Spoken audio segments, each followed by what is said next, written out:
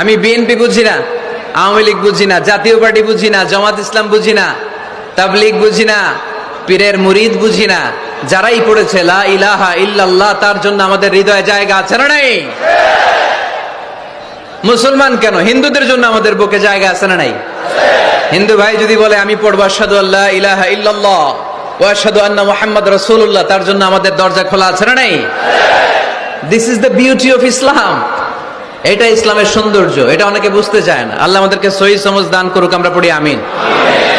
আমি বিএনপি বুঝি না, আওয়ামী লীগ বুঝি না, জাতীয় পার্টি বুঝি না, জামাত ইসলাম বুঝি না, তাবলীগ বুঝি না, পীরের মুরিদ বুঝি না।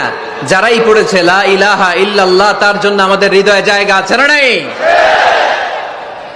মুসলমান কেন, হিন্দুদের জন্য আমাদের বুকে জায়গা আছে না নাই?